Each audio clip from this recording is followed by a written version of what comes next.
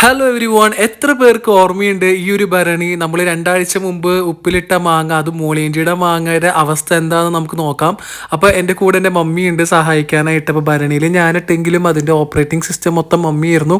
അങ്ങനെ ഞങ്ങൾ തുറന്നു നോക്കിയിട്ടു. ആദ്യമായിട്ടാണ് ഇങ്ങനെ ഭരണിയിൽ ഫുൾ മാങ്ങ ഇടുന്നത്. അപ്പോൾ കണ്ട കാഴ്ചയാണ് ഈ ഒരു കാഴ്ച. പെട്ടെന്ന് ഇങ്ങനെ പൂപ്പോലോ എന്തോ സാധനങ്ങളൊക്കെ വന്ന് കിടക്കുകയാണ്. അപ്പോൾ എനിക്ക് ആകെ വിഷമമായി. ഇതൊന്നും കഴിക്കാൻ പറ്റില്ല, ഉപ്പിലിട്ട മാങ്ങ. സാധാരണ ഞാൻ എന്തെങ്കിലും ഫംഗ്ഷനിലൊക്കെ പോകുമ്പോൾ കൂടുതൽ ഇങ്ങനത്തെ ഉപ്പിലിട്ട നെല്ലിക്ക, മാങ്ങ, അതൊക്കെയാണ് കൂടുതൽ ഞാൻ കഴിക്കുക. അപ്പോൾ ഇപ്പം വേനൽക്കാലത്ത് നമുക്ക് മാങ്ങ കുറേ അവൈലബിൾ ആയ കാരണം അങ്ങനെ കുറച്ച് മാങ്ങ നമ്മുടെ മോളിൻ്റെ തന്നപ്പോൾ ഞാൻ ഇട്ടതാണ്. ഇതുപോലെ ഭരണിയിൽ ഫുൾ മാങ്ങയോട് കൂടി ആദ്യമായിട്ടാണ് ഇടുന്നത്.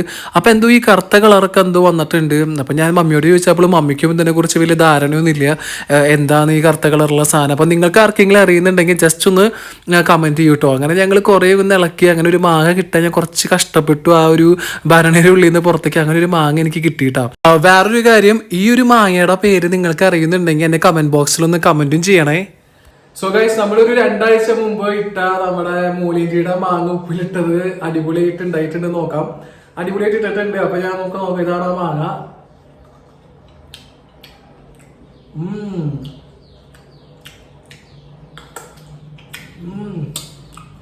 അയ്യോ, അടിപൊളി ടേസ്റ്റ്. ഉപ്പിലിട്ട പച്ചമാങ്ങ ഇങ്ങനെ ഫുള്ളോട് കൂടി നമ്മൾ ഇട്ട് കഴിക്കുകയാണെങ്കിൽ അത് വെറൈറ്റി ടേസ്റ്റ് ആട്ടോ. കണ്ട കാണാൻ പറ്റും.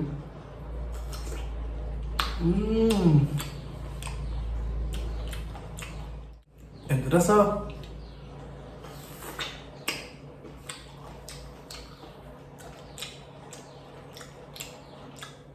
അപ്പൊ നിങ്ങളും ഇത് ട്രൈ ചെയ്യാം.